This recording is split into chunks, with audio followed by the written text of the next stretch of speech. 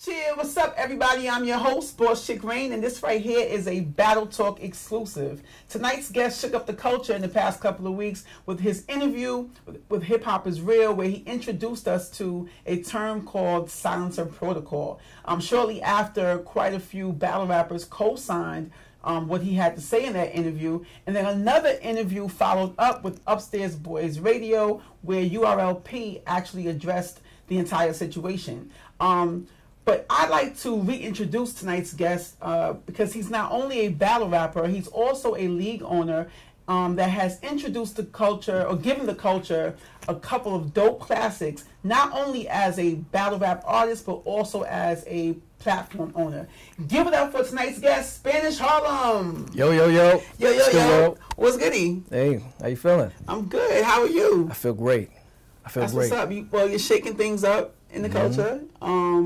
Before we get into that, right, I kind of wanted to like go through a timeline, you know, and like kind of like for me and for the audience to kind of like reintroduce you and show where you got your start. So let's start there. The name Spanish Harlem. Spanish Harlem. All right. So I got the name short. There's a short answer and a long answer. The short answer is I got the name Spanish Harlem from school. People thought I was from Harlem because of how I dressed. I was introduced to Harlem at a young age. Specifically, in second grade, I had to do a Black History Month, and I had to do Malcolm X. Malcolm X did a lot of his work in Harlem. So from there, a lot of things started to influence me, and paying homage to the things that influenced me is pretty much important to me. Right. But the reason why I kept the name, that's a different story. So outside of paying homage to the things that influenced me, I also believe in defining things. So Harlem used to be the headquarters for all things activism, all things arts, culture at the time. And if you wanted to work on your craft, you had to go to Harlem. You know what I'm saying? If you wanted to go out there and become a better musician or an actor, whatever, you had to go to Harlem. So there was a big mixing pot of culture that was there. And when I heard the word Harlem, I heard excellence.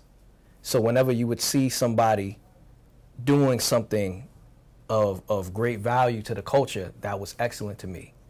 And I felt like the word Harlem meant that. So it was a moment of excellence. When I saw Jordan jump off the baseline, do his little signature dunk, that was Harlem to me. When Michael Jackson did the moonwalk on Motown 85, that was Harlem to me. So since I'm half Puerto Rican as well, Spanish Harlem, it went 1 and 2 together. Dope. Because I was wondering, I'm like all these years, like seeing you battle and stuff. I was wondering if you were from Spanish Harlem. I was not. I'm quite sure no. a lot of people were like, you know, thinking that. So let's get in from the name to how you got into battle rap.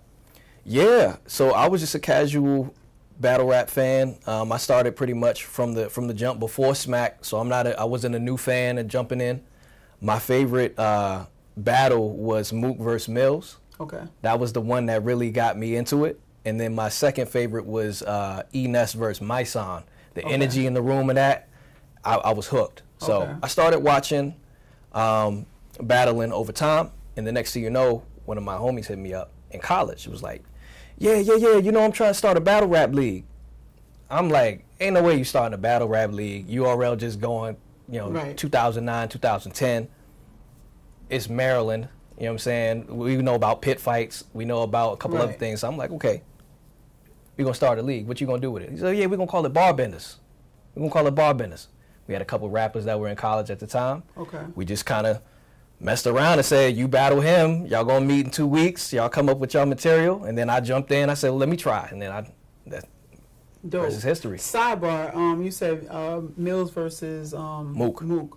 Who'd you have in that battle? I had Mills. Mills. He had everything that you was looking for at that time for a battle. He had the flows, he had the bars, he had personals, he rebutted, you know what I'm saying? And then he showed his versatility. I felt like Mook at that time, he was really looking for a chink in his armor. He couldn't really find it.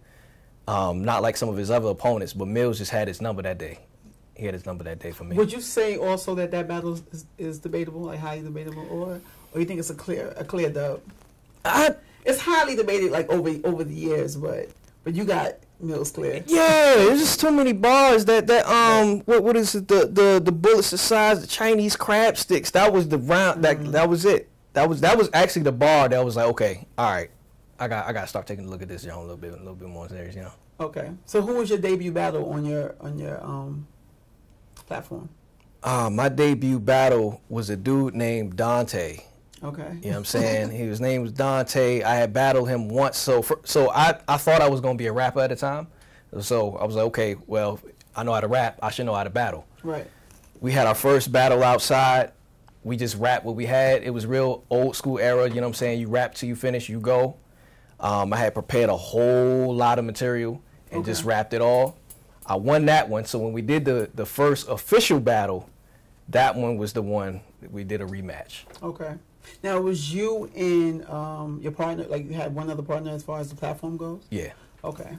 So how did bar benders, I guess, get to a certain point to kind of like, well, I want to know, because I've watched a couple battles, right? Mm-hmm. How did you get with Drugz and Moon, and how did all that come about? Yeah, so I was more of the business vision kind of, how do we get the operations moving person. So I didn't really have the overall idea. That was my man Moxie, my man Jay Protege. Okay. He had the idea. So he was saying, I got these people, I'm already reaching out to them, people that were already active in the DMV circuit. He was like, yeah, we just gonna put them together. Okay. And I'd said, okay, what do you need from me? He was like, we need this, I got the Facebook page, we're gonna put everything together, you help finance it, and then we're gonna set up our first card. Okay. So our first official card, we pulled people that were already known in the DMV, and then we were setting up battles. I set up my battle. I was supposed to battle a dude named Kappa. Okay. And then C Dollars was battling around the grind time circuit. So okay. That's how it started. You know what I mean? We had our first venue, and the venue fell through, so we battled in the street, Right. One of those type situations, okay. So how did it get to because like watching these battles, right? Because some of them are like 3 or 4 years old. I'm seeing. Mm-hmm. I'm like, you have classic battles, like you have classic battles with these guys that they have names now, like to a degree. You have a classic with Drugz. You got a fire back and forth with Moon. The battle with Prep. Well, Prep wasn't on Barbenders. That was the Barbenders spinoff BYB. BYB. Yeah. Okay. So tell me all that. Like I'm trying to get to bring me up to speed before the first battle with because I think Prep was before Drugz, right? Yeah, that was before Drugz. Okay. So I guess bring me up to speed to that battle, the battle with Prep. Okay.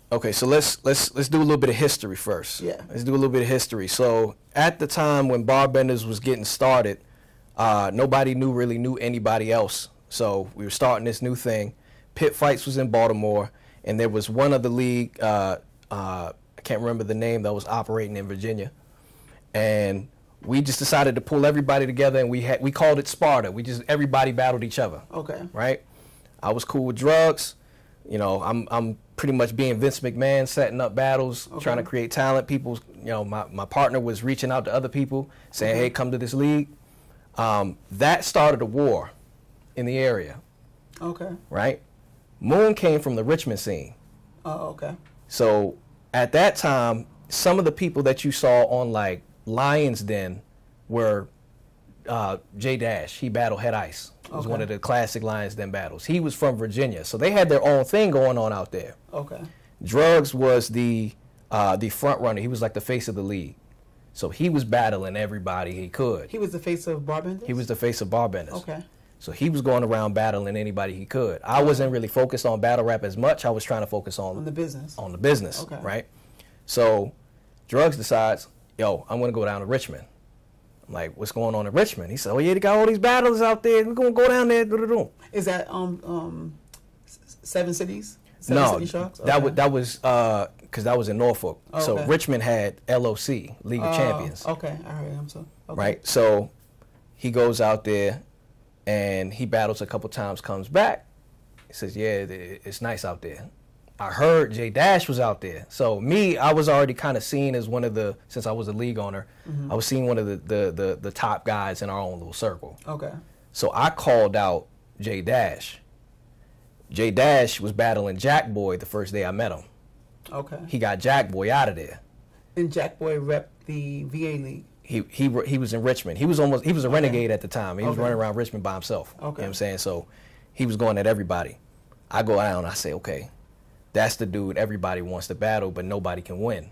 They're not expecting me to come out the woodworks. They only seen me versus Dante. I'm pushing that around. That's my only battle. Okay. So I'm like, all right, J Dash doing his thing. He says, we'll do it 1 round. Me and Drugz get in the car. We get everybody down there. We say, all right, we're gonna drive down there. Okay. Drugz battles another dude. I battle J Dash. Me and him have a classic. I believe I won. You know what I'm saying? I think it's a clear win on my side. Is it online? It's online. Okay. And that was the battle that made me a target to everybody in the DMV. Oh, okay. That wanted to battle me. They was like, oh, he battled That J Dash. right there. Yeah, yeah. Because J Dash was a legend in Virginia. He was the guy at the time. You know what I'm saying? He was doing his work in Petersburg. Okay. So with that battle, I said, okay, now I can kind of pick and choose a little bit more, and then be strategic with my battle. So I'm trying to think what happened after that. The next big battle I had was with a dude named Trey Authentic. I know Trey. Okay. At that time, he was doing his rounds as well. Okay. So there was no real major cards, so we were kind of making them as we go. The feud between Richmond and DMV was the card that we made. So we was like, okay, I'm going to battle Trey Authentic because everybody thinks that Trey can't be beat. He's talking a whole lot of game. Okay. I'll take him. Drugz was going to battle J Moore. J Moore's on the circuit. Y'all see that. Now, J Moore came from where? Richmond. Richmond. He was on Trey Authentic's squad. Okay. You know That's my guy, J Moore. I like his music. I haven't heard his music. I got to check that out. Okay. But yeah, so we had that card. That was my come back to battle card. Okay. Like, this is the main event. I get Trey out of there. Clearly, it was. This is all bar benders. This is all bar benders. Okay. And I'm gonna try to stray away from what I did to the dude. You know what I'm saying? Or with these bars. You know what I'm saying? Okay. Because when a battler says, "Yo, he got him out of there," everybody's like, "You probably didn't really do that." So you watch the battle. You let me know. Okay. Bet. So so now where are we? In proximity to the prep battle. Okay, so we're gonna zoom up a little further. Okay. The battles start happening. More leagues start recognizing bar benders. They're saying, okay, we got a battle on this league. We need to battle here because they got a lot of the battlers. Haitian had a PG. He came out of bar benders.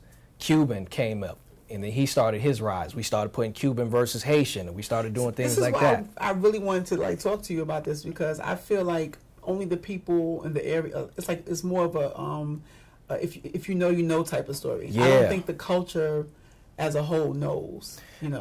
See, the culture didn't really come into play until the prep battle. Like the DMV versus New York, that was the thing that kind of pushed everything there. But see, at that time, bar benders was already finished. Okay. So. Oh, so bar benders. It ended. I had to end it. Do you want to tell us why? Yeah. So, let's see, what time was it? Haitian just got his PG. Hostile got his PG. And what year is this? I want to say 2014. Okay. 2014, 2013, around that time frame. Okay. So a lot of DMV artists were getting their PGs. Ty Law and Danger Zone would help walking some people in. And I started to notice that the cards were starting to get a little bit smaller and smaller. A lot more of the people that I was helping develop were starting to already get looked at. So you can only do a certain amount of battles after a certain amount of time. Okay, so let's talk about that from a league owner's perspective. Yeah. As a small league, this is something I thought about earlier too, with regards to like the whole situation that's going on now too, right? I guess how do you? Because like you're basically doing you're comparable to We Go Hard. Just of the DMV, you know what I'm saying, and so how are you not well you're telling me now that like they were taking the talent, but who's negotiating it, or like how do you? I guess I'm trying to think of the question. because City has been able to maintain that relationship somehow, right? But we're going to talk about that. That's a part of it, right? I do feel like it's a pick and choose type thing. You know what I mean? But because you're in this demographic, you know, of the DMV, yeah, how did that happen? It was just like basically every man for himself, and you weren't really thinking about, like at the time, are you thinking that I'm developing all these guys? Because there's a lot of names that kind of basically came from your platform. So it wasn't a one-man army. Right, we had a couple people that were working on the scenes as well. Some were helping with finance, and some were helping with outreach to Norbes at the time, because you know Norbes was doing his thing. I was focusing solely on trying to set up the best battles as possible. I'm like, if this person is nice, okay. We didn't focus on, okay, well we like your style, so we're gonna put you on more cards. We like, okay, so he has a unique style. We want to put you up against this person, and since everybody wanted to battle us, we always had fresh talent to kind of put them in front of. So we had freestylers. We say, okay, you're gonna battle him, right? Meanwhile, Venom, who also had a PG who runs BYB, he was doing a lot of work with trying to connect with Norbes to bring Norbes out. So I didn't have to focus so much on trying to get URL or trying to connect with URL, because. Well, I guess I'm asking more so about maintain the talent, or when the talent goes to the bigger platform, are they repping your platform? Like that's how it normally goes. Like wherever you're, like I see you rep Kali. Yeah. You rep Kali though. Yeah. So that's another thing. So we got to talk about that, because I'm like, that kind of stood out to me. I'm like, okay, he reps Kali. That's a New York based you know, platform. So let me explain the breakdown of what happened to Barbenders, because then that makes more sense, because ultimately everybody had to make their own decision on what they was going to do. Okay. Right? So it got to a point where I started to see that the business was getting a little shaky. You know, it seemed like some of the battlers were being exploited by the business moves. Okay. Battles were being deleted off of YouTube. You know, had to re-upload them, all the views they had. We got to start from scratch. Started to see that. Now I'm working off of your channel? Off the Barbenders channel. Oh, okay. Right? So I'm seeing all of this because I'm focused on, okay, you know, I got a couple battles here. Maybe I want to do this full time. It's my man's league. It's his idea. I want to give it back to him because I don't want to be, it was never my dream to be a league owner. Okay. You see what I mean? So since that wasn't his focus. Say his name again. I just want to give him Moxie Valor. Okay. Yeah. Oh, that's my Moxie. Moxie. Oh, I didn't realize. Okay. Yeah. He had the idea. Okay. He had the idea. So he had his focus on other things, and it was pretty much the ball was in my court. I'm working with another Debo in the culture. We got a guy named Debo. Okay. And then Venom. So I'm working with them too. I got Barbenders in my hands. You know what I'm saying? I'm working with another person that I have the issue with because of the business, right? And I had a decision to make. I said, you know what? All right, so I can either let this go, and then there's going to be a whole lot of battlers. It's going to be flipped just for the door money. Right. They're going to be putting on battles that don't make sense. Or I can self-destruct this jump, push the button, and then say, if y'all want to do it, I can give it to y'all. Okay. I'm off this. So I took a lot of the flack in a similar situation like what's happening now. Okay. You know what I'm saying? Right. I said, you know what? Let me think about the battlers. Barbenders has to stop. There was already leagues that were already popping. So around the time when the prep battle started coming up, Showtime Battle League started to rise, which is Fuse the General, Sean Hoffa. That's where Twerk came from, and stuff like that. So I'm like, y'all have enough around you to be able to move. Everybody had enough stature to be able to go to New York and battle. I had the first New York battle that kind of shook the area, that from the DMV when they was like, oh, we. And that's it was me versus Ghost, my first Kali battle. Oh, okay. I battled in Subway. Okay. You know what I'm saying? Subway Series. Shout out to Kali. Okay. Right. So that was the first battle. At that time, everybody was pretty much saying, we don't want to go to New York. We want them to come to us. Right. They come to us, then we'll do the battles. I said, okay, I'll go up there. I'll battle. I wanted to get in front of Norbes, you know what I'm saying, show the talent, he didn't show up. So you were like the verb of the DMV. I guess. I mean, it's comparable. Like he left. I mean, not that they were saying no, but he went to New York the same way and battled. He was supposed to battle Goods on Lions Den. Okay, I remember that storyline. And he battled SB in the street, and the rest is history. Similar situation. Yeah. Because we wanted to have the light on us, right? But we didn't want to have to leave to do it. I had a different philosophy. I said, we need to go out there and make noise. We don't. Exactly. That's what I'm saying. It's the same mentality that he had. He was just like, I'm trying to get on. Sort of like how we were talking about earlier. Like you outside, and go put on. But all right, so continue. So more people started to do that. They saw the success that I had, and then we started seeing more people go to We Go Hard, stuff like that. Okay. My two co-owners that were working with me on Barbenders decided to open up their own thing, and everybody that was with Barbenders decided to just go BYB. Okay. Right? Go with them. That's Bring Your Bars. Right? Bring Your Bars. Okay. Right. Slan comes in. Henny Man. Excuse me. Henny Man comes in. He starts throwing opportunities. He starts booking some of the top talent and using some of the people that are already known. He starts doing his. It's almost like an RBE situation. Like RBE didn't really have a league, but they had more of a platform. So Henny Man came in. He says, "Well, I'm gonna do or die." Right. And I'm gonna throw biggest events. I'm gonna pay such and such to battle you, and I'm gonna battle one of the top names, and we just gonna keep flipping that, which is great for the culture. Right. All right. So we got that out the way. Got that out the way. So he also has a lot of classic DMV battles. Classic moments. Yeah, a lot of classic moments, which kind of makes sense. Like bringing it full circle. Just the recent battle of Ryder versus Drugz, being on that platform. I'm just like really now peeping the whole DMV movement, basically. Yeah, it was one of those things where we never really looked up for who's getting what type of, stuff. Because at the time, outside of Norbes coming over and URL looking at us or coming down to do an event or something like that, like actually before that, they weren't even really coming to the DMV for events. Everything was in New York. Right. Exactly. So we were just doing our own thing. Right. We go into that league to battle, or we played our own little politics. I'm not battling you because you don't have XYZ. Right. Right. And then I just started to pick and choose after my Trey Authentic battle.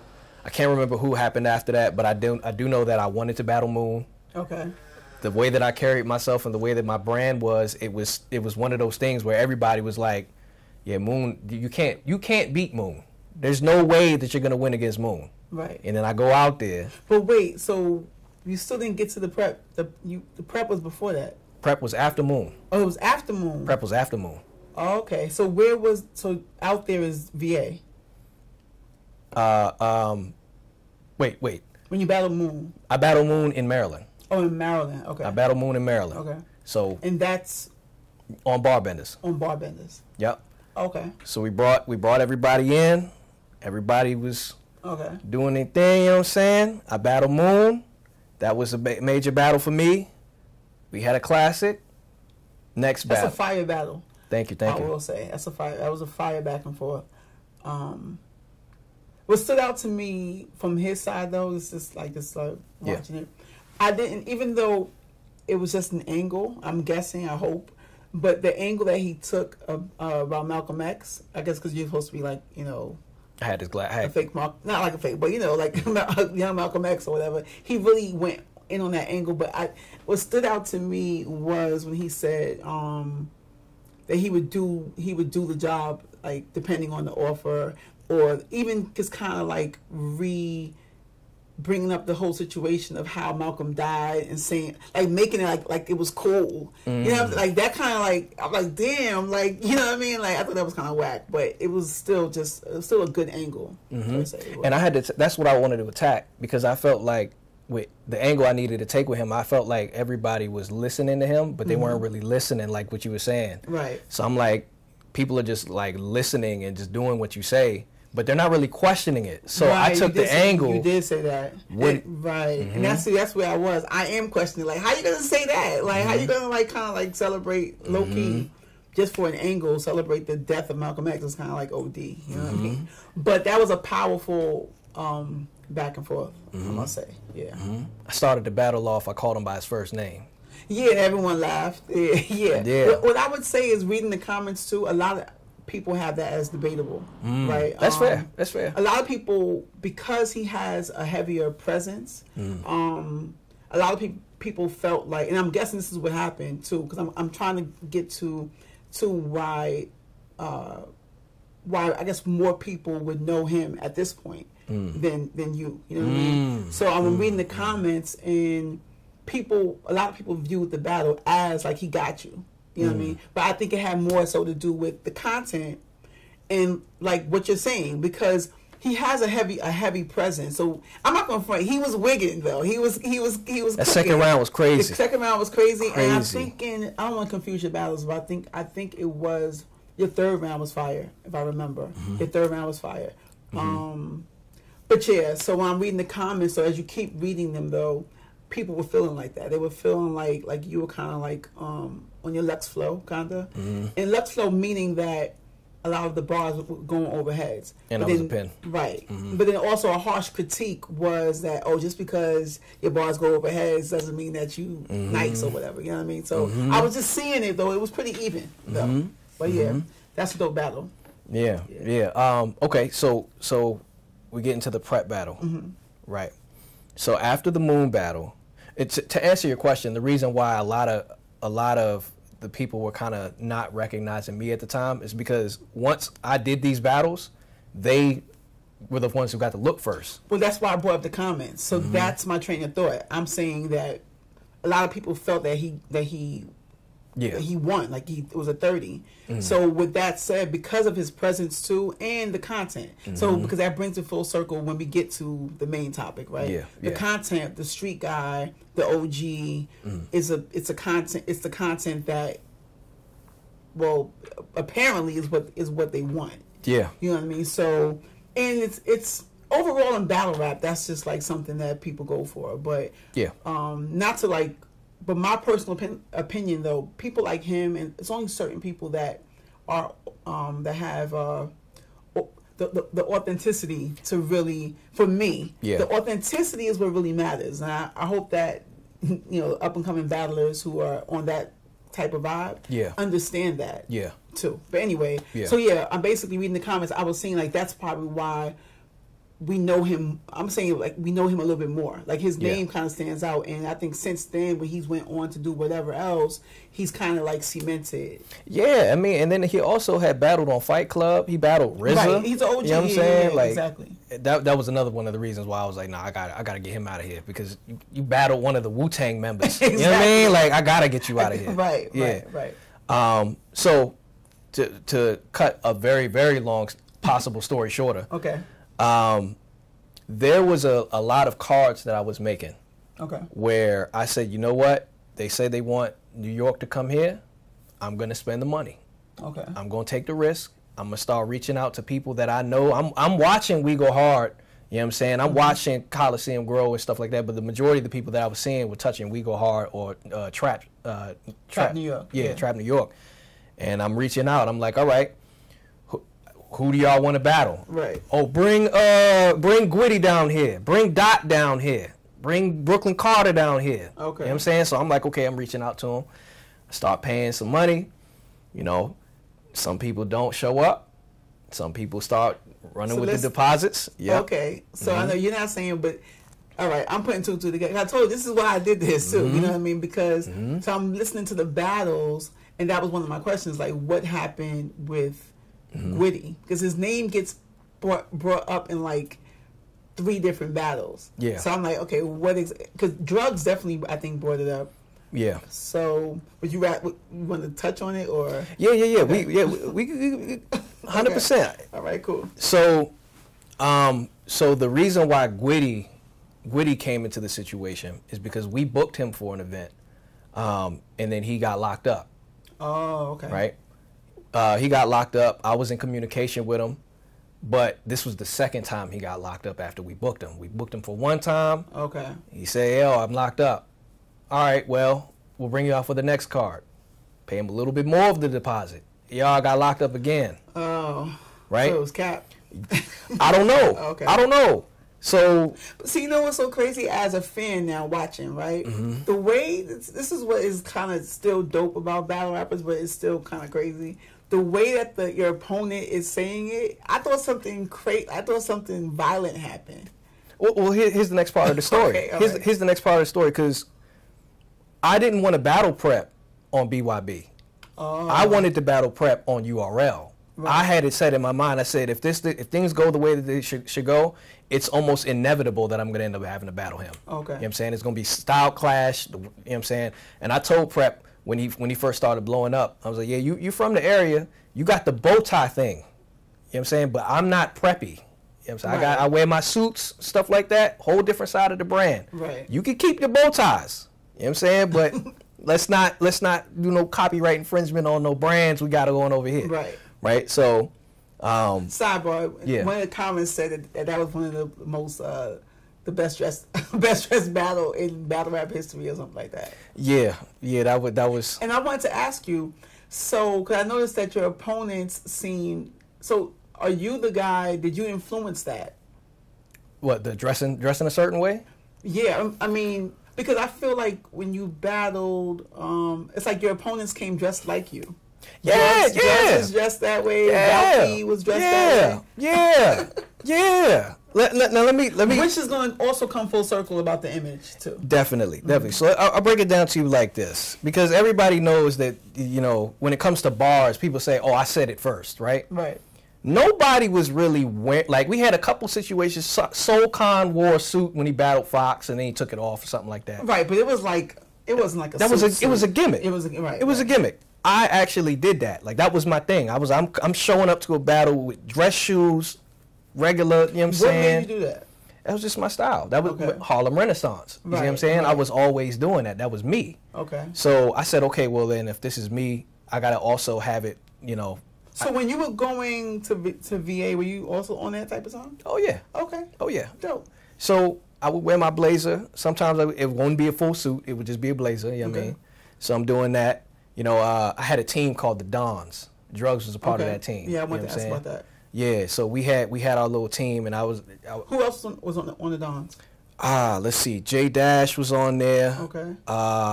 So you and J Dash got cool after the battle? Yeah. Okay. Yeah. We had so a lot of the people on the team was coming from Petersburg and from the Virginia area, so we would just kind of make a little unity thing. Right. We were picking up some of the best people. We picked up Vito Cognac. We had Kappa that was a Don. Okay. We had Petey Weestro. It was a lot. It was a superstar team. Okay. So we made a team, and next thing you know, everybody was like, "We got to take them out." We used that to ride a couple next cards, and then that trail. Was Ralphy Gabbana also a part of the Dons? Nah. Okay. So Ralphie came later. Okay. So the Dons pretty much it subsided after Barbenders dropped off. Ultimately, I didn't even really want it to be a battle rap team. That was just your thing. It was my thing. Okay. You know what I'm saying? I'm like, yo, boom, boom, boom. So, yeah, when the prep battle came, I didn't really want to battle him. Okay. But BYB owner, Venom was like, you got to do it for me. Come on. You know, you got to do a battle here. You haven't battled here in a long time. Right. This is prep. It's going to be crazy. Let's do it. I said, all right, you know what? Cool. Set it up. We do one round. You see what happens in the prep battle. Right. Now, you look tight. I'm not going to front. You look tight. But I know why, because he was freestyling. Mm-hmm. And at one point, you were like, you was like, he's not fucking rapping to me, or something like that, you said. Yeah. Because it was like basic. It was just like, you know, what freestylers do. But it wasn't directed towards you. So. But you know what really made me tight? It was the fact that I saw everybody else get their shot, and everybody was behind them, and everybody kind of knew it was like, this is going to be the thing that if they do well here, it's going to go to the next level. Right. I thought that I was going to get the same regard from the people in the room. I said, yeah, I'm not saying you got to be biased. Right. But at least understand, like, I don't really have shots. I don't really, you know what I'm saying? Because I'm not even out there like that. So when this is my shot, this is my biggest battle, the foolishness shows up. And then, which is typical. And then the fact that it was coming from Drugz on top of that, And I'm like, he's a freestyler. Why are you giving him ammo? In my mind, I just kept saying, dog, just stop talking. Just stop. Yeah. Oh, you know I mean? Okay, yeah. You see what I mean? So at one point, though, in his defense, he was telling him, like, yo, rap at Spanish. Like, why you rapping at me? Which is true. Right. But he was also drunk. Oh, okay. You know? So Okay. the reason had stopped with the liquor. You know what I mean? So, and the next thing you know, he's still going. Okay. Which turned, it was supposed to be 7 minutes, a 7-minute round. Nobody caught the time, which turned a 7-minute round to a 21-minute round. Oh. I only rapped 5 minutes, Okay. 5-6 minutes. So I'm in my mind, I'm like, I'm not even thinking about the time. I'm like, yo, this is it's just gonna get worse. If I say something, he gonna freestyle again. Right. I just gotta take the L. Take it. I gotta take the L. So even though I rapped, I did my thing, I felt like I was like, okay, this is gonna be what it's gonna be. Then because of that, cameraman puts the camera on Drugz. Drugz calls out Gwitty.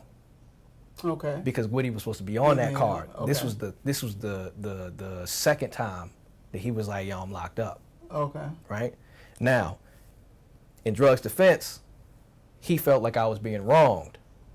Right? Okay. So he got on camera and That's honorable. let New York City have it. Right. What we then found out after that was that, you know, the New York DMV battle was going to be crazy. Okay. And some of the things that I also found out was in the Drugz battle that I had to air out with him. Okay. You know what I'm saying? That I felt that the reason why he did it was not for me.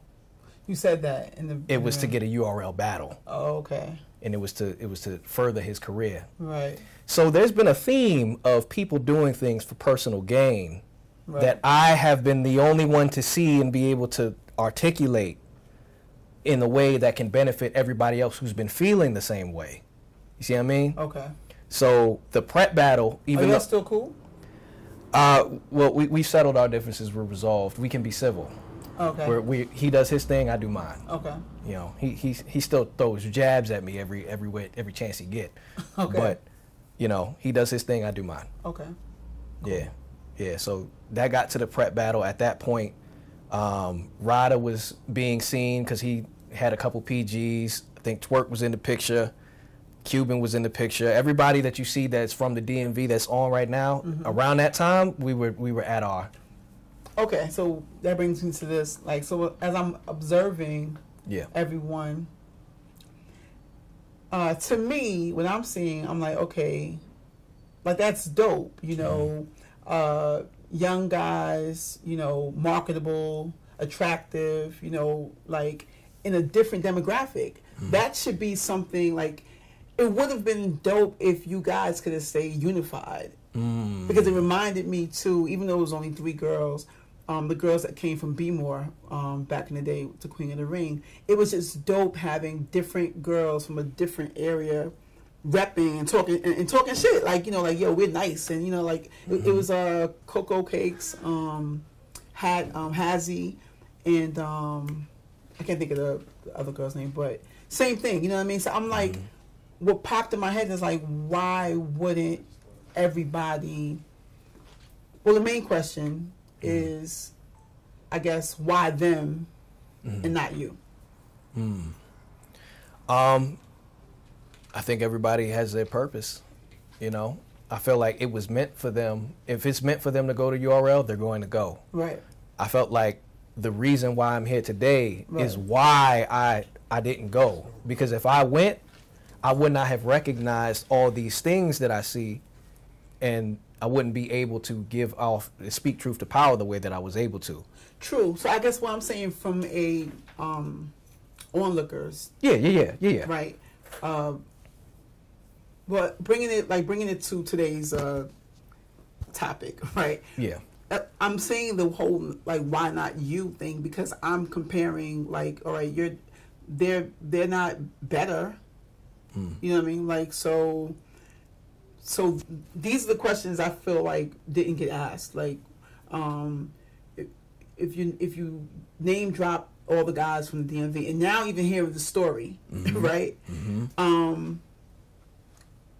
I guess you tell me, other than you being able to get the keys, right? Yeah. What have you?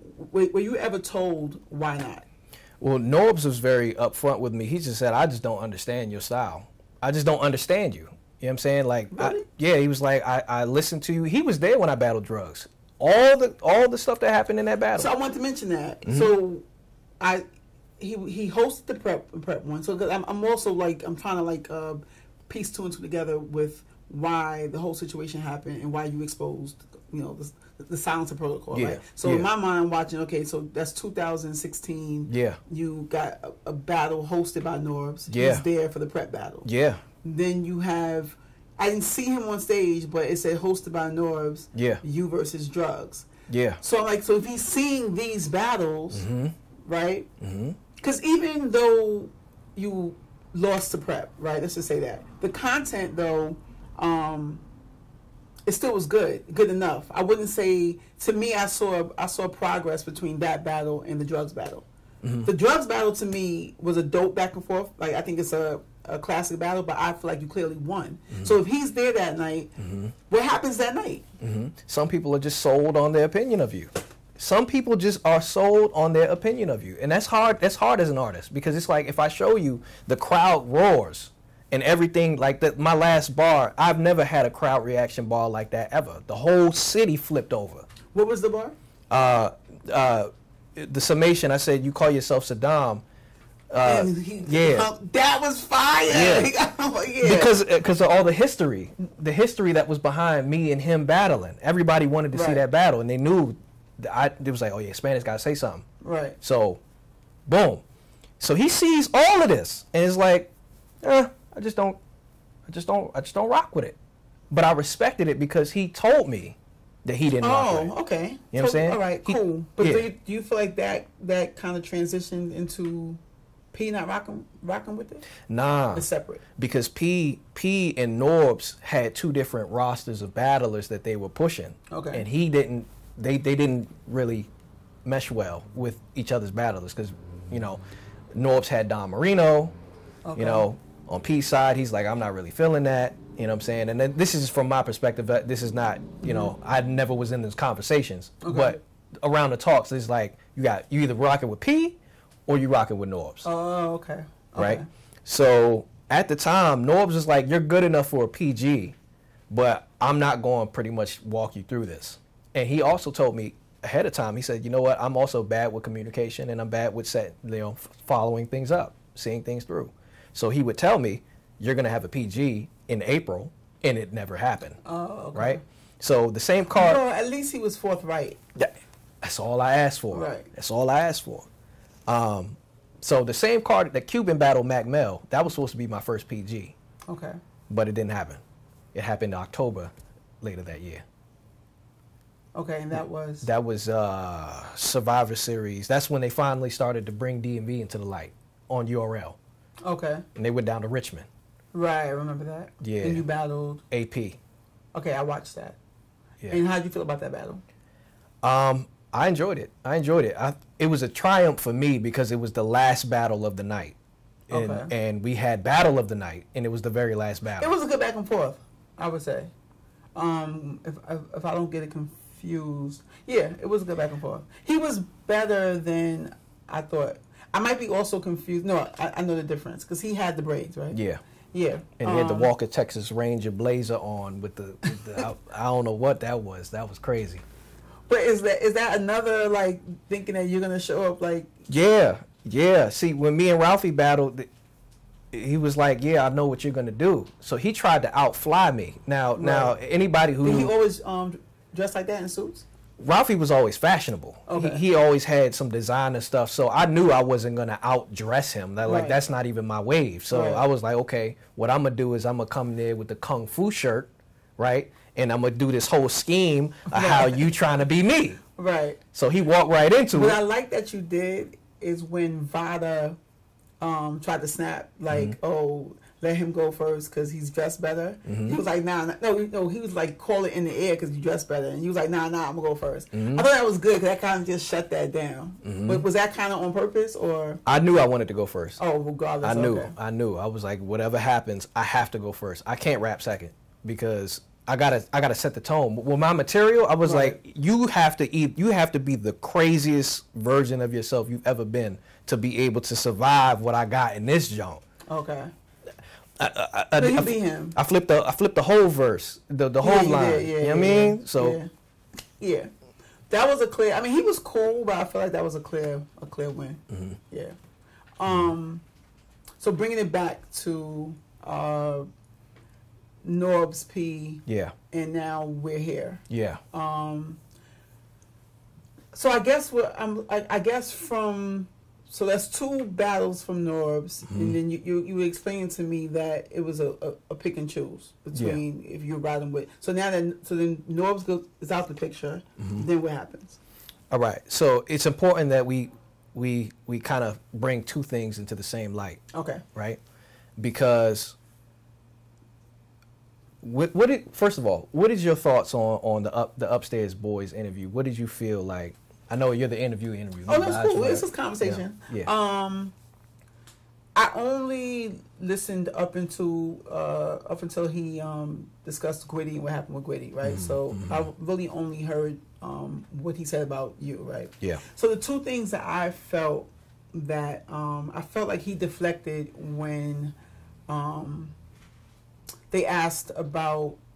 I'm not sure what the question was, but he basically was saying that these artists are disgruntled, and you don't hear complaints from these artists, and he name dropped. But to me, that meant nothing. That means that what does that mean though? You know, because if you highlight the artist in question, which would be you, Benji, LoLo, and Gwitty, those are the 3 that were the most vocal about everything once you had the interview.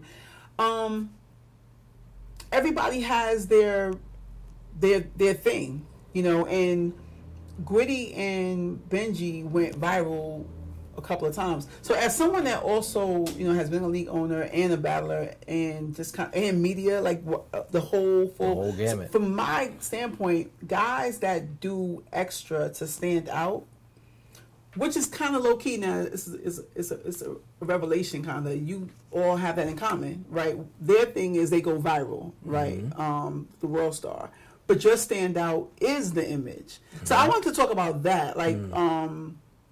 So that's what I thought. I thought that he deflected, and I thought that they let him get away with, which was a cool thing to kind of get away with. With you, he basically said that. It wouldn't have been fair to allow someone who was, I think, had a PG already to be included, I think, in the Crucible, or he said that because I didn't he said because I didn't get past the first round of the Crucible, I shouldn't have got a Survivor Series. Right. There's so many lies within the first. There's so many lies within the first 26 minutes of that. I was going crazy when I was watching that jump. Okay. I'm like, oh, wait a minute. You know what I mean? Okay. So. Well, what's the first lie with that? So the first lie that he said was my intention for the video. He said that I was venting my frustrations about the process. He said that I was pretty much saying what are the do's and don'ts of URL with my interview. Okay. And when I heard that, I knew he did not watch my interview because he said it was slanderous.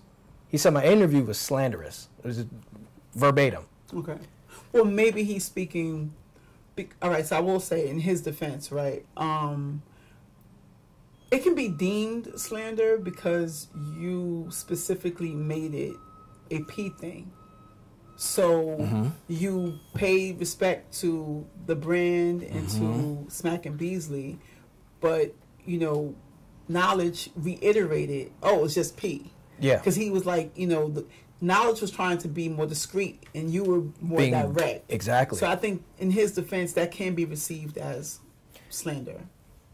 But slander is a negative very connotation, yeah. Right? You weren't slanderous per se, but I'm just saying that he may have felt that way. Right. Okay. And I can see why he may have felt that way, but if he actually listened to what I said, then you wouldn't have said that it was slanderous. You see what I mean? That's a specific. Well, reiterate what you said so that we can. Right. So essentially, I gave the background of how I got to the Crucible, And then I gave the keys of what I received by doing the Crucible. Okay. And I felt like there was something wrong with the culture, and I wasn't sure exactly what it was.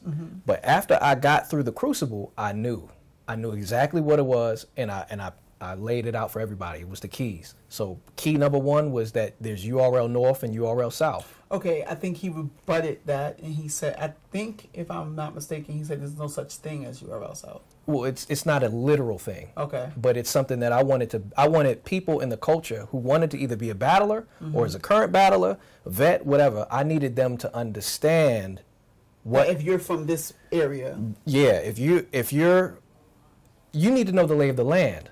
Okay. You need to know how to move, because in this battle rap world, we're trying to all progress. We want everybody to be successul. Right. Not everybody's going to be successful, but we want everybody to have that. When you say we, you mean, who do you mean? Well, I believe that the culture, the fans, the supporters, the battlers, if somebody makes it, then it's like we all made it. Right. You know, it's kind of like this family-oriented vibe. And I felt like I knew that battlers did not really know what was happening, and that I wasn't the only one. I felt like I was being disrespected through the process. So I wanted to lay out what happened. Disrespected in what way? You mean because he told you about the image? That was definitely disrespectful. See, now that was, for me, I was just surprised by that, because not that you felt that way, but that he would say that, because with the guys, it's so many guys that rap. So it was very important for me to say what I wanted to say in the interview in a non-slanderous way. Yeah, you went so out that the way. So that I can really get the point across of what's really happening. When Gwitty came out and Benji came out, that was a plus for me, because I'm like, all right, people gonna say what they want to say about Gwitty, but he has some influence in the culture, especially when it comes to reactions. Right. You know, everybody grabbing people, saying things after bars. That was Gwitty style. Facts. You know what I mean? Benji, if somebody wanted to say that the reason why I didn't get picked was because I'm all bars or whatever, why is Benji not on? Benji's viral. Right. Benji got celebrities reaching out to him. Which is what I'm saying, right. So I'm saying, okay, this just gives more credence to what I'm saying, right, that there's something wrong. And then I said, okay, so there's URL North, URL South. If you're not Smack, Beasley, or any of the premier artists battling on Caffeine, you're in URL South, and you have to go through P. Right. That's just facts. Not everybody can go to Beasley or Smack. You have to go through who's there. And then, well, he responded to that by saying that there are other. He's not the only guy, and he's not the end all. It's misleading. Okay. That is it's misleading, and we'll get into all of those. Okay. So I'll give you the keys briefly. Okay. So URL North, URL South. Wherever you stand, you got to play ball. The second key was my feedback for the Crucible. What I've come to understand is that my feedback for the Crucible actually can be applied to all of URL and all of the culture when it comes to people who own leagues, and which was they need better communication and better logistics that benefit the battler. Right. You know what I mean? And which is what I was asking. Were you ever told by P why not? Because in the interview he said the only guys that have an issue are the ones that were told no. But no one asked him why were they told no. Like, why did he tell you no? And did he tell you no? No, he didn't tell me no. He just kept saying, well, you just got to show me something. You just got to show me something. He said, you're not ready. And part of the issue that me and him had a fallout was because of one of the keys. I said that his vision and his opinion was his pride and joy, you know. And I challenged his vision, and I was right. And ever since then, it's been get back. It's been subtle things that nobody's able to recognize, but that's why we're here today, because I got them things for you. Well, so what's the get back? What are the subtle things? With the timeline. Also, I wanted to ask, as I remember, he said that since your interview, that he's reached out, or he's not reached out to me. Someone has reached out to give an opportunity. He said that on the Upstairs Boys. Yes. Yeah, Bill's called me, but I didn't know what he was calling me for. But since he's P's man, I knew that I was like, I'm not answering the call because I don't know what you about to do. You know what I'm saying? Okay. he has my number. Mm-hmm. So if I didn't mention bills at all, right, why are you not calling me? He said in the interview, I reached out to all the people that had spoken, I've reached out to them. You didn't reach out to me. That's a lie. He did not reach out to me. Okay, so I'm thinking, okay, so let me just be clear. Mm-hmm. I think he said, I don't want to put the wrong info. Mm-hmm. I think he said he showed a screenshot of reaching out to Benji. He said that as well, but later in the interview, because you said after stopped there. Right. He said that he said, I'm looking for the smoke. Anybody who want to come up here and hash it out. Well, they also made it announced that, and well, I told you that too. Mm-hmm. Like, now I told people who were reaching out to me to try to have a sit down with him that I did not want to sit down with him because I felt that one, it was not going to be productive, which the interview showed that it was not going to be productive. Okay. And then also, it was not a negotiation. I felt like some people were looking at this from the wrong lens. Okay. It was almost as if they were trying to paint it like me and him were two friends that had differences and needed to resolve it out. I'm like, no. That's not what this is. Facts. This is, I went to a restaurant and I saw that the chef is picking food up off the floor and putting it back on the grill. Right. And I'm calling him out. I don't need to sit down with the owner. Right. I don't need to sit down with the chef. I'm telling you what I saw. Okay. And I'm not saying that he needs to be kicked out of the culture or anything like that, but you do need to be held accountable because in this culture, accountability is very slim. Facts. People don't hold nobody accountable. Okay, I'm glad you said that. That's my favorite word, right? Mm-hmm. I try to master accountability, right? Mm-hmm. So with that said, I have to place that on you, right? Okay. What level of accountability do you feel that you have with regards to you not getting where you want to be outside of him being this obstacle? What falls on you? That's a great question. And when it comes to accountability, the one thing that I'll say that there's nothing that I did where I would say I need to hold myself accountable for that. Okay. And here's why. And let me give you the lies that he said. He lied about the timeline. He lied about why I was in the Crucible. And he lied about, the timeline. Specifically what in the timeline? When he gave Quest McCody the list of battles that I did, and then he talked about the time frame, he said, oh yeah, he battled AP, and then he got a call back, and then left it there.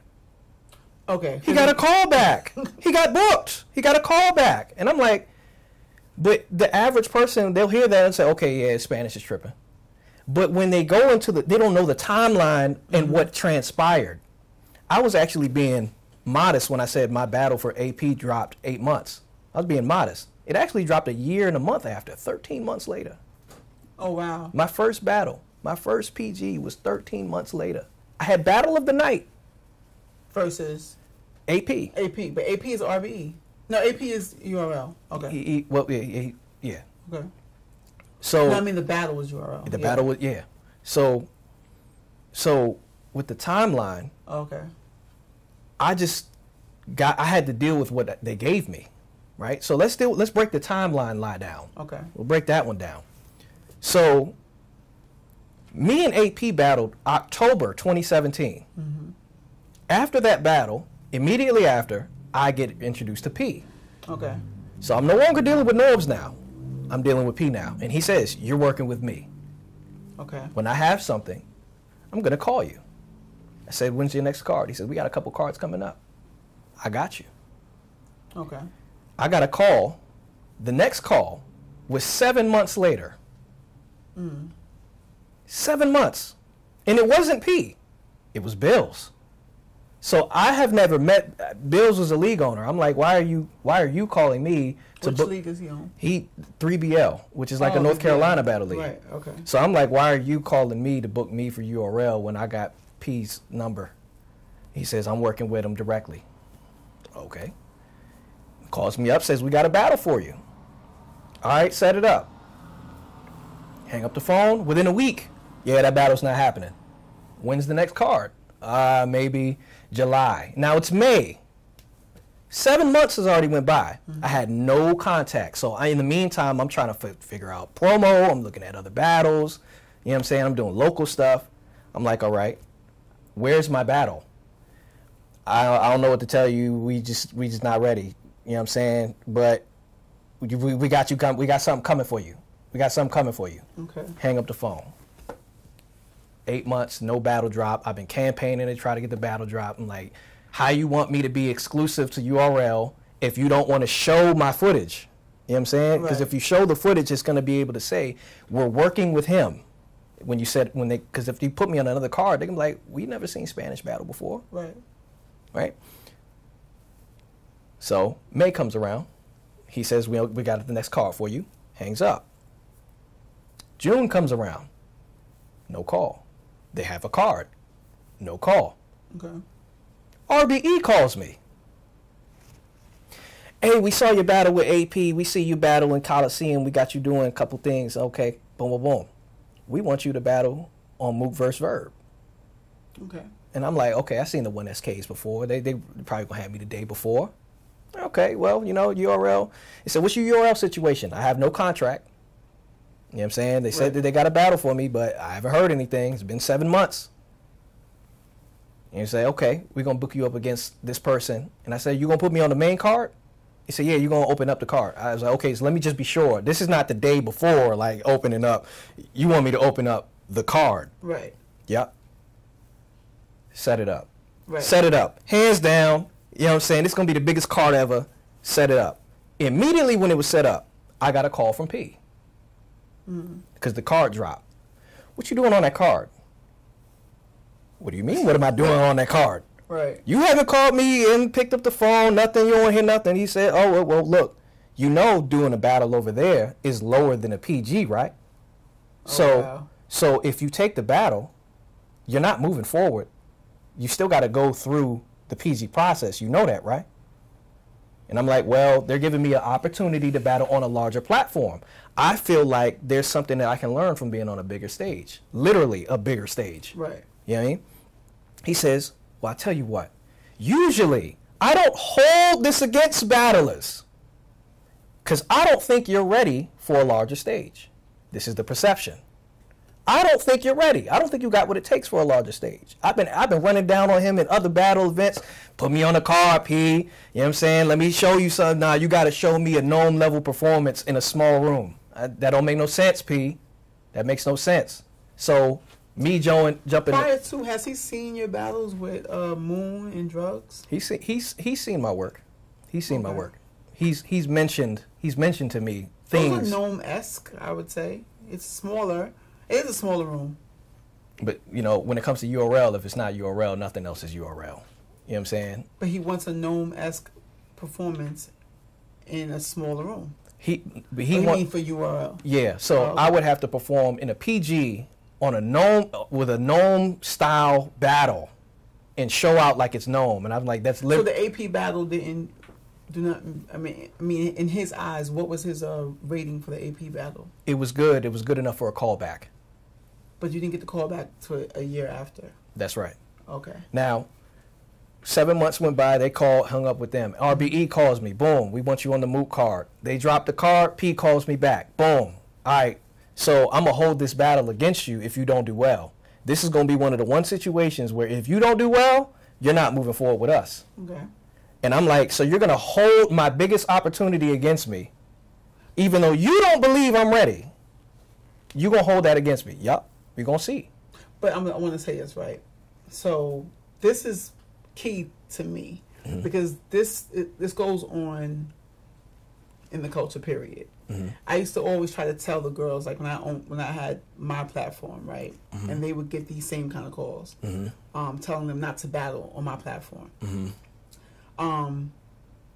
You have to do what you did essentially, but they got to be able to have the confidence in themselves to know that they're dope. Yeah. And that what happens is by default, him saying that was just mindfuckery. Like, I'm just being like, you know, because what happens is if you do well, you get the call. And I used to hate having to tell these girls that, like, just take the battle. Mm-hmm. And it's happened. I won't name drop, but a couple of girls did not, well, I can say Marasha, she battled forever, like, in the Midwest. She was known, but never could get a Queen of the Ring battle. I give her 2 names, Norma and QB. And then all of a sudden, voila, you make your Queen of the Ring debut. So I'm saying this is not, this is the protocol, you know, which kind of brings full circle your term of silence of protocol. Silence of protocol. Yeah. Now, at the time, I was already getting shouted out by, you know, I was a big fan of Ice. Ice saw my Trey Authentic battle, back Barbenders way, you know what I'm saying? I reached out to him and said, yo, you remember you battled J Dash? He was like, yeah, okay, cool, boom, boom. And he's been following since. So he's always been showing love. So I found out Ice was going to be on the card. I'm like, ain't he battling King Los? So, Mook, Verb, Los, Ice, Iron Solomon. I'm like, I gotta be on this card. Like, exactly. This is crazy. That would be foolish not to have been on that card. So I said, I'm gonna do the battle. It's gonna be in August. Y'all don't have anything for me anyway. So if you want to hold it against me, hold it against me. I don't think I don't think you're ready. I'm gonna prove you wrong. I didn't know I wasn't supposed to say that to him. I didn't know that he was gonna start plotting a plot to get me ever since. But we gonna get to that. Okay. I do the battle. I do well. I send him a little Denzel emoji when he's sitting in training day looking at, like, yeah, what? You know what I'm saying? I send him that junk. He's like, all right. I got you. We're going to set you up for your next card. Nothing happens. I run down on him at an event. Why didn't you put me on this card, P? Oh, the reason why is because you're not on contract with us. Why am I not on contract? Why have you never said this to me, P? Oh, well, we can get Norbes involved, because Norbes is still in the picture. Norbes will set that up for you. So he pushed me off to Norbes again. Now, I'm like, you didn't even... Right. Okay. All right. I go to Norbes. They send the contract over. Contracts don't get signed because they're in the correspondence of trying to get the contract signed, nothing was ever finished.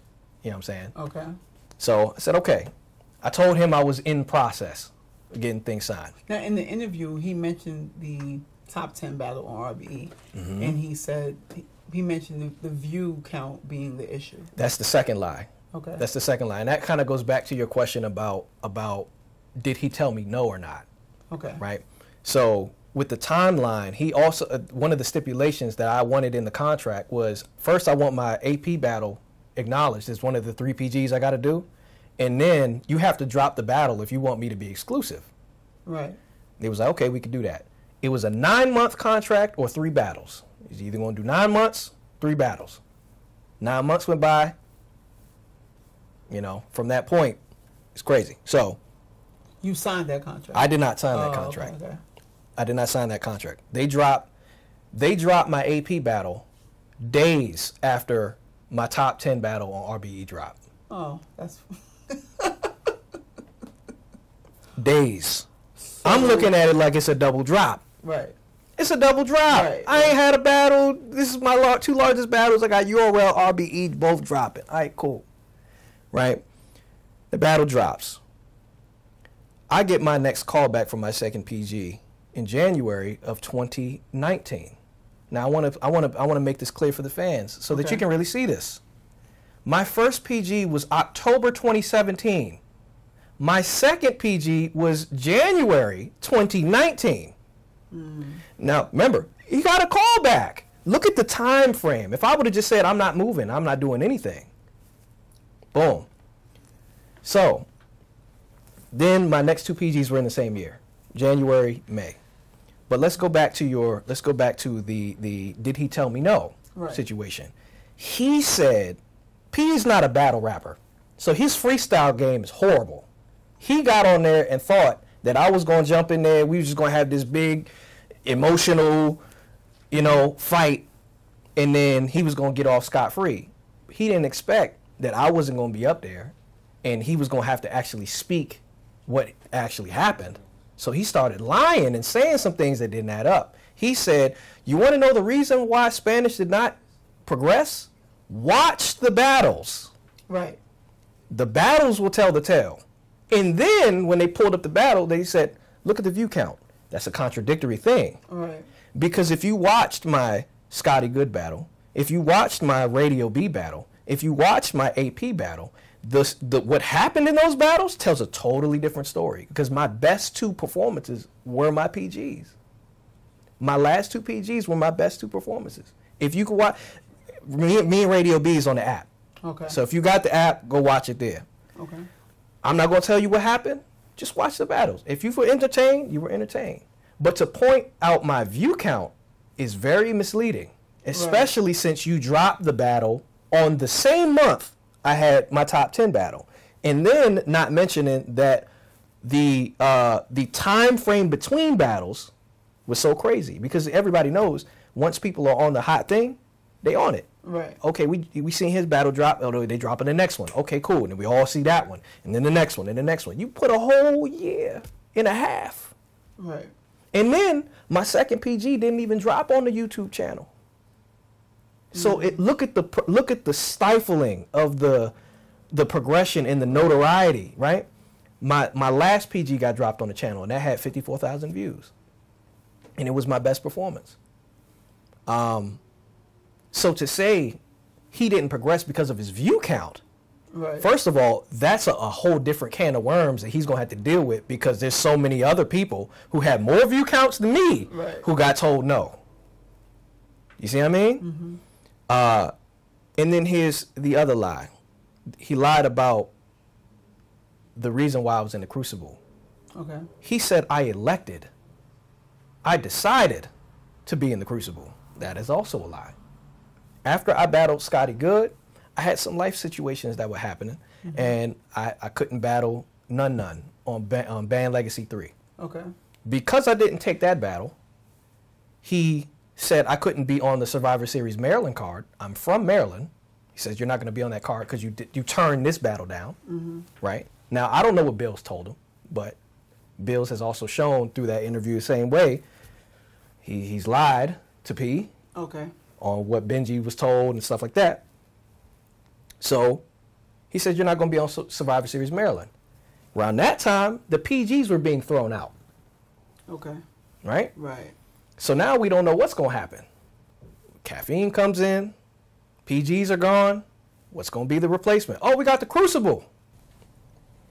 The Crucible gets unveiled, and he says that there's going to be Ultimate Madness 1, and they're going to have a tournament, up-and-coming battlers, etc., and they're going to have the Crucible for new talent.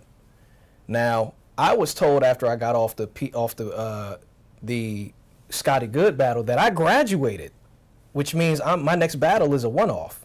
He was like, yeah, you're going to battle one-off next. I'm done with the PGs. Right. I'm not getting no calls, so I call him. I say, what's going on with this Crucible? He doesn't pick up the phone, so I'm leaving a voicemail on there. What's going on with this Crucible? Blah, blah, blah. Does it involve me? He says, yes, it does. I get on a call with him. Okay. So am I going to be on the Crucible or Ultimate Madness? Because technically I got a one-off next. It's mandatory for you to do the Crucible. Mandatory. I didn't choose the Crucible. He said it was mandatory.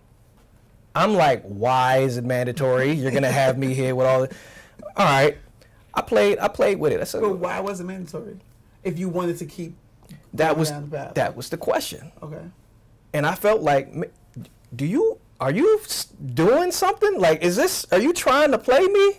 I don't know if you're trying to play me, so I had to wait. That's why I said in the first interview, I said I just did it because I was looking for it. And I got a call. I got a call before the Crucible. I got a call from a URL staff member that will be unnamed. Okay. And the person was telling me, yeah, P told me that you turned down Survivor Series for the Crucible. I'm like, what Survivor Series? You got Survivor Series coming up. He's saying that you turned it down for the Crucible. Let me understand, though. It's PG Crucible Survivor Series. Before PG was out, it was PG, then Crucibles came in, then Survivor Series? So the pathway before the Crucible was PG, then it was a one-off. One-off was like that you're not really on the main card, but Right. you're you know what I'm saying. Survivor Series was a type of card. Right. It was like it was beneath Born Legacy, but it was like the next level up.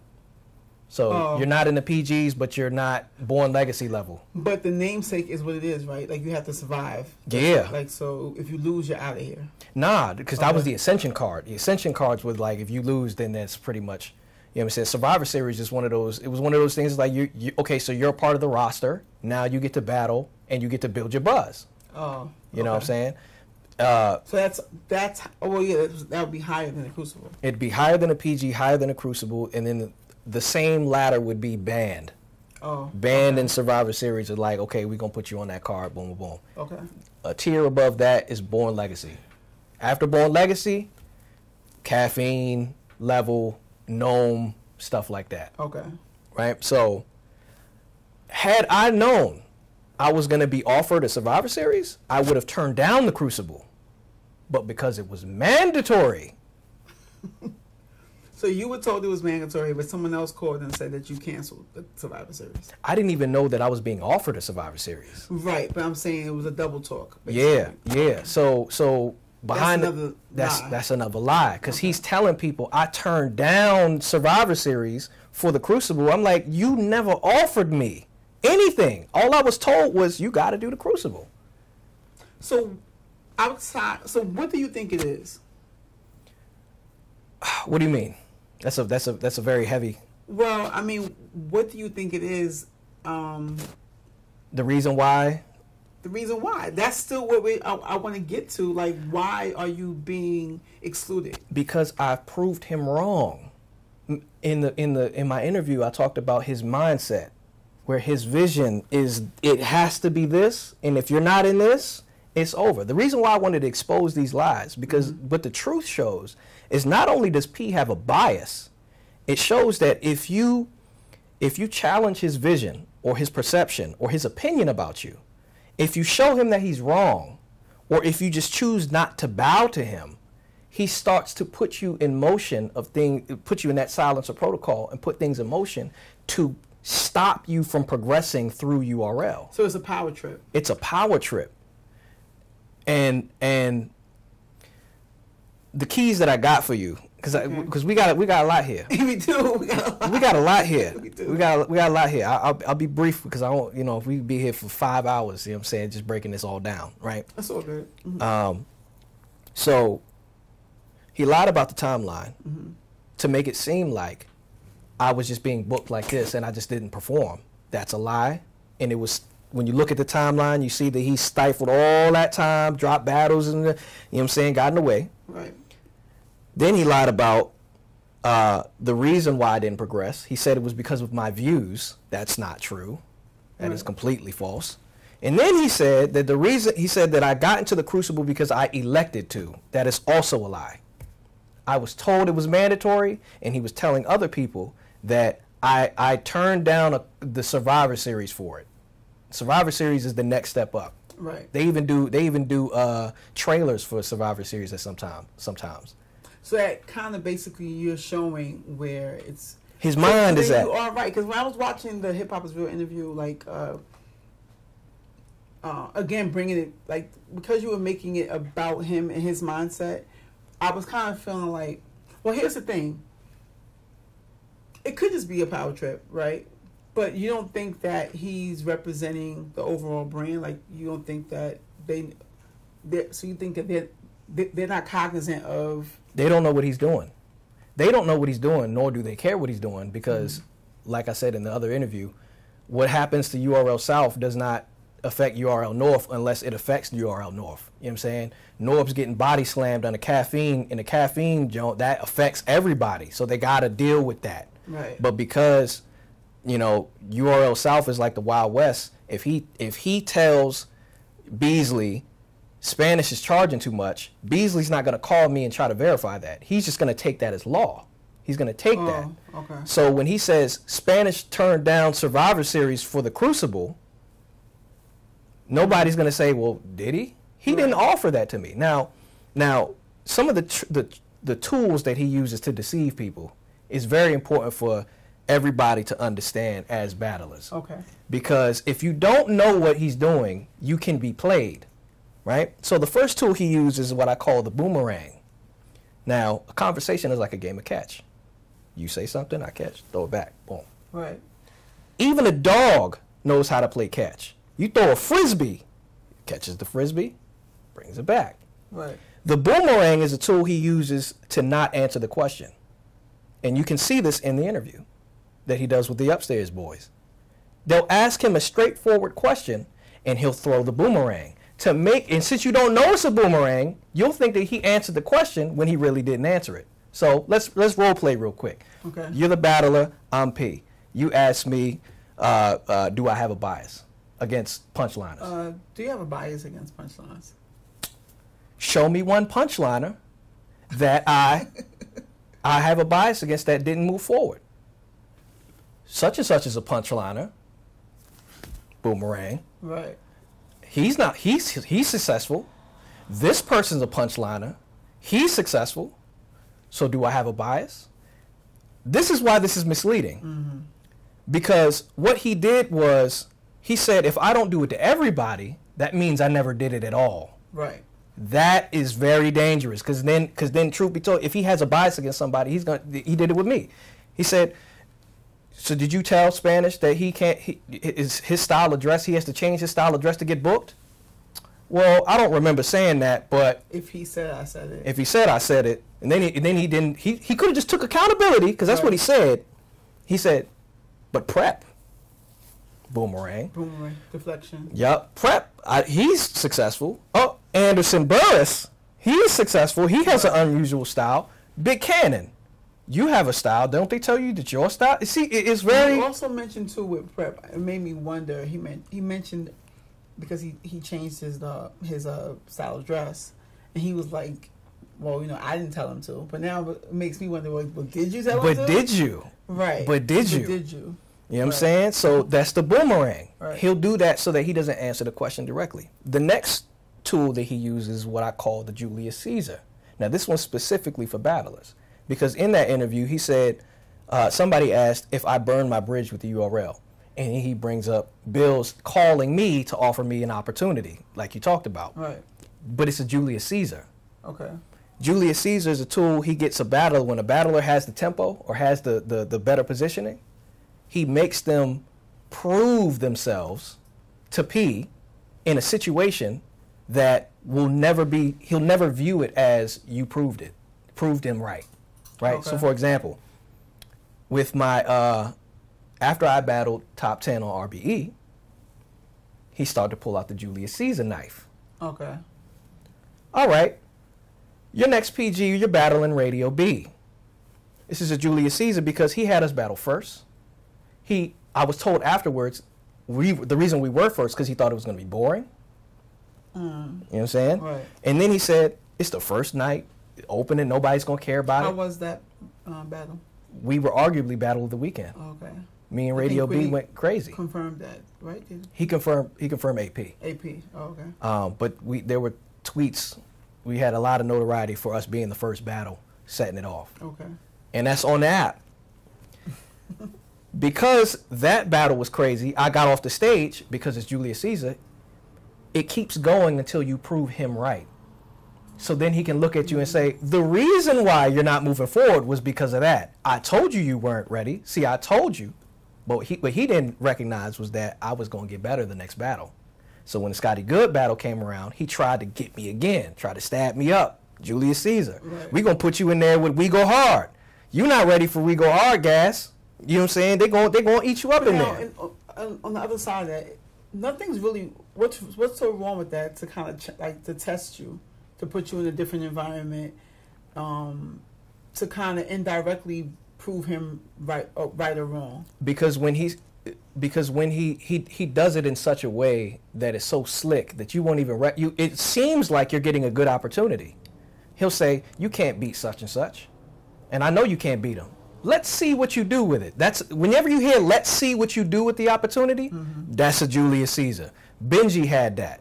In the interview, Benji said Pete wanted me to battle last, and he requested to battle last. This is going to be your last opportunity. Let's see what you do with it. Right. Julius Caesar. If anything goes wrong, he's going to use that as the reason why you're not moving forward.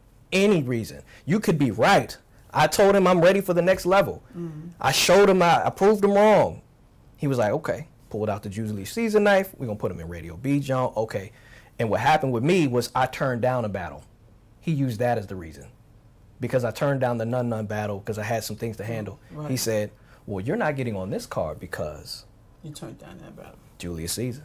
Okay. You see what I'm saying? Now, battle... And bring the people... When you say this term of... You and your term. Terms. Julius Caesar, that means... Julius Caesar is a deception tool that he uses to trick a battler into taking a battle that he does not need to take to prove himself so that he can move forward. So in essence, if you do something, if he already has in his mind that he's not moving you forward, he's going to keep putting you in positions that are going to force you to either have maybe a lackluster battle and give up, or maybe you may choke, something like that. The worst thing that he doesn't want to happen is that you do well each time, because then he has to put you forward.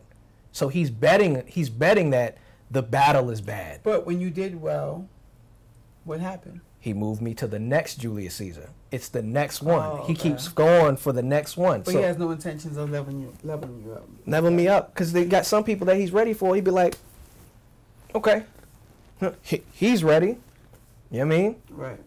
So, you got the boomerang. Deflection. Right. You got the Julius Caesar. That's deception. Right. Then you got validation and insolation. Validation because he don't stand on his own word. He has other people answer for him. Okay. You ask him a question. So you got a problem with such and such? Bills. What do I do if somebody got a problem with me? Right. Floss, what did I tell you that one time? Yeah. Yeah. You know, he does that. I peeped that. Because if he answers it, he's held responsible. And he's trying to duck accountability, which is why I'm pressing the accountability button hard. Because I'm like, yo, you're going to be accountable. The insulation is is a new thing that he's doing. Now, through that interview, I saw that he's trying to delegate his responsibilities to the scouts, and also taking advantage of the fact that Smack and Beasley are not accessible. And he says, I didn't say that. Bills called you. Talk to the scouts. That's what the mob do. The mob was like, yo, we gotta separate ourselves from these crimes. So we gonna meet in that building over there. We gonna have all these capos and underbosses. So if they get caught doing something shaky, it's not on us. That's right. But it's not on us. For him, it's not on me. Right. That's not my job. And they pressed him on it on the interview. They said, but you know nobody can just call Beasley out of nowhere. Right. You know that. So imagine people at my stature or lower who's getting the run-of-the-mill runaround from him, and then it's like, it's the same old, same old. All right, so let's bring it full circle. Where are we now? Or where are you now with it, rather? So my main intention is to make sure that everybody in the culture has this information so that y'all don't get played by people that are like P or P himself. Because it's important when I've always been that guy when it comes to my friends and my family, that I don't want somebody else playing with them, especially their mine. And if you have a lawyer in the family and somebody comes to you with some lawyer terms, if you don't know them terms, you're going to take it to your family member, oh yeah, he's a lawyer. Let me take a look at it. There are some things, like in the streets, they talk about body language. Body language. If you master body language, it's like your master's degree in the streets. But there are some things that are higher as far as identifying how somebody is than just body language. And to me, your PhD in the streets is received when you're able to understand the manner in which somebody speaks and their ways, because that tells way much more than just the words and the way that somebody stands, right? For example, you don't have to take my word for it. Listen to the interview to when Newborn calls into the Upstairs Boys podcast and challenges P. Okay. Listen to how he handles that situation. It sounded like, to me, Newborn actually had something he wanted to bring to the table and have an honest conversation and really just air it out right then and there. And P pulls an emotional sword out and starts talking to him like he's public enemy number one. Mm-hmm. If we gonna do it, let's do it all the way. What? You know? Imagine. Was Bourne's question like attacking? No, it was what happened. Essentially, what about my scenario? What about the things that I've been told?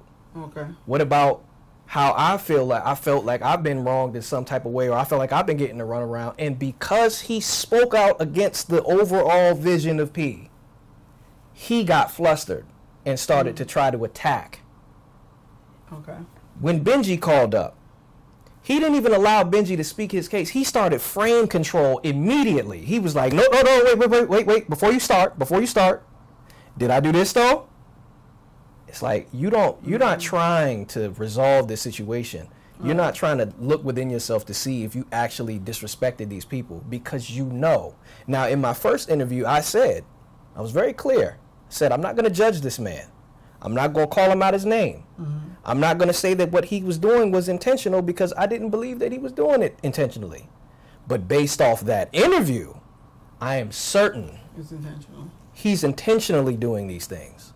He's not. So is it a pick and choose thing?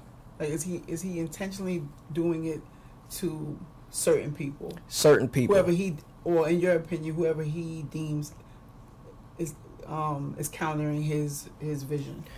Yes, and I can make it even more specific. I believe, and it's more of a knowing than it is a belief. From what I'm seeing, if you have a brand and you're known within the culture, and you have what it takes to be on URL, he's not rocking with that, because it benefits him to have somebody who had no brand, which is why the Crucible is going to work for people who don't. Okay, I'm glad that we're here, because this is what I was thinking when I was like preparing, for us to this interview. Mm-hmm. That is essentially why I wanted to interview you, because to me that's what it's really about. Mm-hmm. It's about branding and marketing, which a lot of times, I think now this era, I'm not sure if the artists are doing it on purpose, but a lot more artists are in tune with their brands. Like initially, a lot of artists were not, especially with the girls. Like I feel like they didn't even realize that they were a brand. So I think that probably is it. I was trying to get to the guts of it, right? As far as the why or the why not, and that makes sense. But at the same time, it doesn't, because essentially, if you're playing, in my opinion, rather, if you're playing his position. To be associated with any artist that, especially an artist that has a brand, should be a good thing. It shouldn't be a bad thing. So it's kind of like, it kind of makes you correct in saying that it's a mindset that says that, I mean, it's also it's a power trip and a control thing, because he still can be the guy that is helping the guy who knows his brand to get to another level. I don't understand, like that's where it's a block for me, because that's how I always that's how I see it. Like, as far as I'm concerned, I like when artists know who they are and are coming with something to the table more than just bars. You know what I'm saying? So it's kind of weird for him to be in that position and not want to cultivate an artist who has an identity. You know what I mean? Because his position thrives in artist development. Yeah, but you can develop an artist that has a brand. You don't have to create the brand for the art. I don't have to, I can see you and see your image and hear your bars and tweak what you have already. I don't have to recreate you, especially if you're standing out, which is what I was saying. You, Benji, and Gwitty are standouts. Like, you all stand out in your own way. Mm-hmm. So that should be a great thing. Some positions, would you say in the music industry that the A&R is maybe like an outdated position? I'm troubled. I'm not sure because it may be, but it shouldn't be, because I feel like artists no longer get that development, and a lot of artists need it. One of the biggest problems that happens in music, that has happened in music history and in boxing, if we're going on industry comparisons, is when you have the person who's responsible for artist development think that they have the formula, and then they start booking gigs based off of the formula. Right. Yeah. That becomes an issue. Mm-hmm. And like since I was a league owner, I didn't say, oh, we only do punchers only, or you're a pin, I'm not going to book you. I said, you know what? Your brand is nice. I like what you do. You can develop that by battling him. Right. You can develop, but that's not how it goes in URL. Mm-hmm. See, with P, his thing is when he gives an artist to Smack and Beasley, it has his stamp on it. When you got somebody like a Gwitty or a Benji, you're really just putting them in position so that they can shine by themselves. He can't stamp Benji. He can't. Why? Because he's still associated with he still would be the guy that got him on to this level. Because with the silencer protocol, you have to be dragged through the mud of being not seen.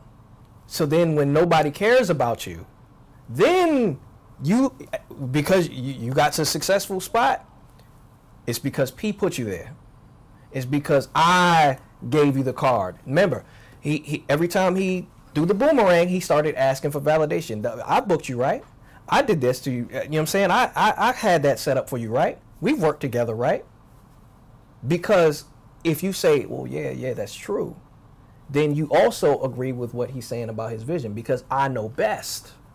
I know best. Okay, so here's a challenge. Okay. Someone who he name dropped, Real Sick.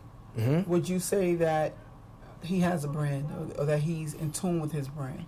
Well, see, yes. So the situation with some of those battlers that are on caffeine that are right now, some of those are relationship-based narrative battlers. Now, that's not to say that he's not good at all, you know what I'm saying, or his spot is challenged because he got put on earlier, right?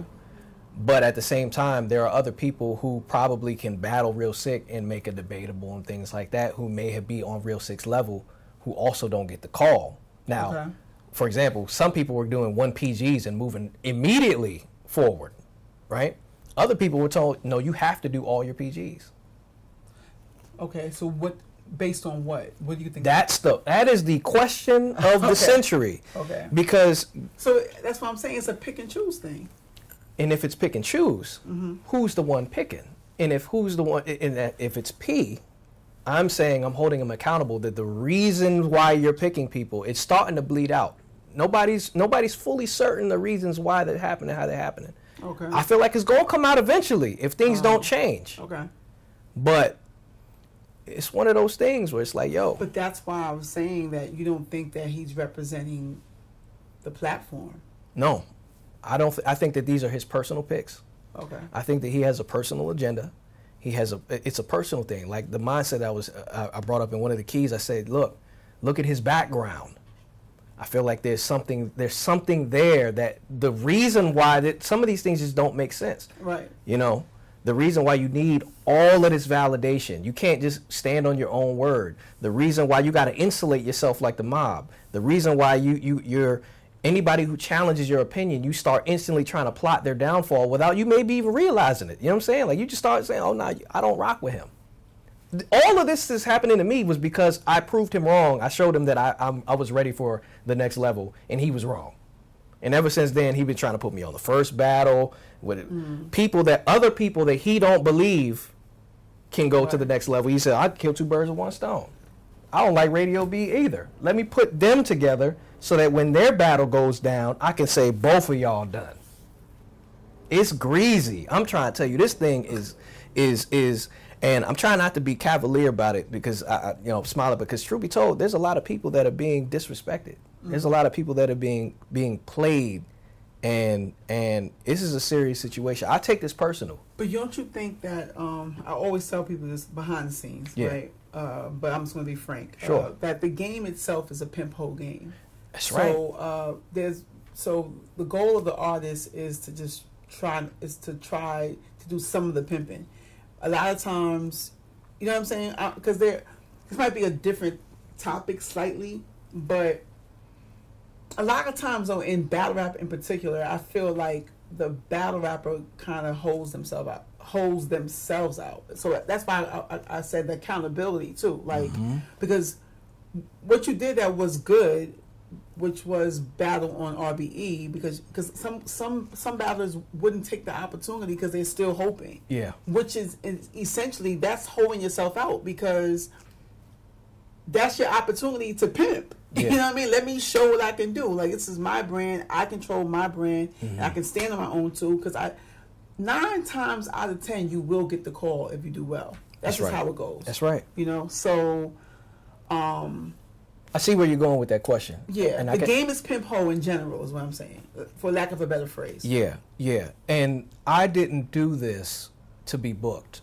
I'm not speaking out because I want to be on URL. I'm not speaking out because for money or any type of career progression. That's why I said in the interview, I laid my career down for this. Right. You know, because I genuinely care about everybody. So it's a rap for you? It's not a rap. It's not a rap because I could pick it back up again if I really want to do it. But right now my focus is to really paint the picture for everyone in this culture, so that if their decision is to go into the URL or go towards their dreams to battling on the URL, you need to understand this game, because if it doesn't get checked, it's going to continue to happen, and you'll go home believing I'm not ready for the URL because of XYZ reason, when it's a game. You actually may be able to battle some of the top names in the game. First of all, just off a numbers perspective, we're just talking about numbers. To become a PG, you're not even the top 1% of battlers. You're like the top 0.02%. Right. That's crazy. Out of all the battlers in the world, in order for you to become a PG, you have to be, to get in the Crucible. That means to get picked in the Crucible, you have the odds are against you. And if you get to that level and then somebody tells you, well, the reason why you're not ready for the next stage is for some reason behind that you have no clue of, you'll go home thinking, well, maybe I just need more performance. I need more performance. Do you think the Crucible is, well, I think you did say that overall it's a good process? It's great for people if they're not in my position. If they're not somebody who is known in the culture and has had PGs and things like that. Here's the smoking gun. You want to know what smoking gun was? Listening to that interview, he said he brought the scouts on. And then he said, y'all know my character, right? He said, yeah, we know your character. Boom, boom, boom. Bill's, if I don't rock with somebody, what would I do? Bill says, well, you probably wouldn't call them. And then he starts shushing them out. No, don't say that. That's not, you know that's not the right answer. And then he said, I sat all the scouts down and I suggested to you not to pick somebody who had a PG before. Don't pick them for the Crucible. My thought is, why would you suggest not to pick people with a PG in their background, then tell me it's mandatory? Why would you suggest that to the scouts and then tell me I have to do one if you were going to suggest that I don't get picked? Why would you do that? If you weren't trying to, so if Spanish don't get picked, I told him he's going to have to go through a scout in order to get picked. So if I suggest to them, boom, he doesn't get in. He also, in that interview, said, we talked about the clothes, right? He told me that after I got off the Crucible. In the interview, he said that it was before that, and I wore whatever clothes I was going to wear in the jump. No. After I got off the Crucible, he said it was my clothes, it was my style, it was my hairdo, it was whatever, right? And then after that, he told me, well, you're gonna have to go battle on some lower league, and then next year when the Crucible comes back again, you can try again. This is I don't want to play tit for tat. Right. You know what I'm saying? Because if we could be here forever if I'm going off where he lied at. The main thing I want to get out there is that, one, nobody's perfect. Mm-hmm. I still don't believe that he should be judged.